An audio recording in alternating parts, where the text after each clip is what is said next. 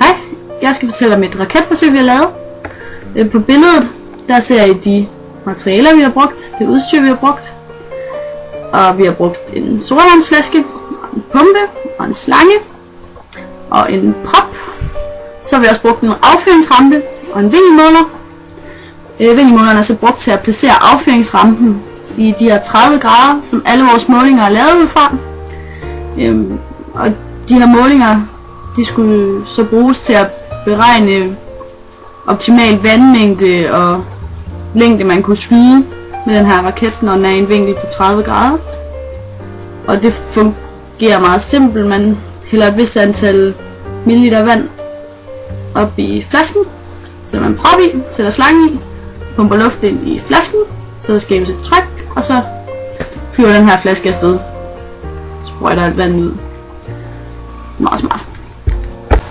Det her er så vores første graf, og der har vi hen ad x-aksen vand i liter, og op ad y-aksen der har vi afstand i meter. Så har vi så plottet de punkter ind, vi har fået vores målinger, og ud fra det har vi lavet en funktion, og den har vi så brugt til at beregne forskellige ting.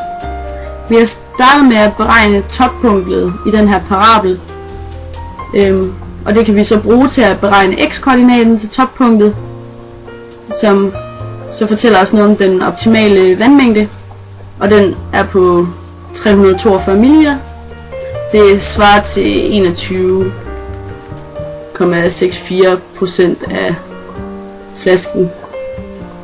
Og når man putter de her 342 ml vand i flasken, så er det allerlængste man kan skyde, når man har den her affyringsrampe, der står i en vinkel på 30 grader.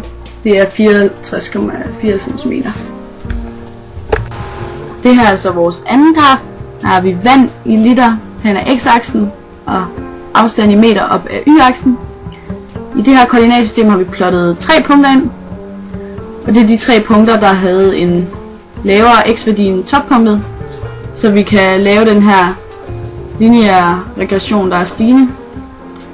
Og den kan vi bruge til præcisionsskydning, sådan at vi kan beregne, hvad den optimale vandmængde vil være, hvis man skal ramme et bestemt punkt. Vi fik så opgaven, at vi skulle skyde 50 meter frem. Så var der lagt et målebånd, og så skulle vi finde ud af, hvor meget vand vi skulle putte i flasken, for at den ville ramme. Og vi regner så frem til, at det ville være 244 ml i forhold til vores funktion. Og det passede sådan set også meget godt.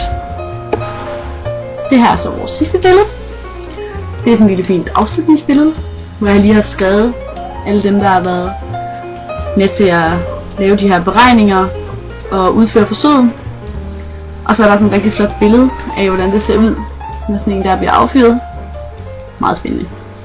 Hej hej!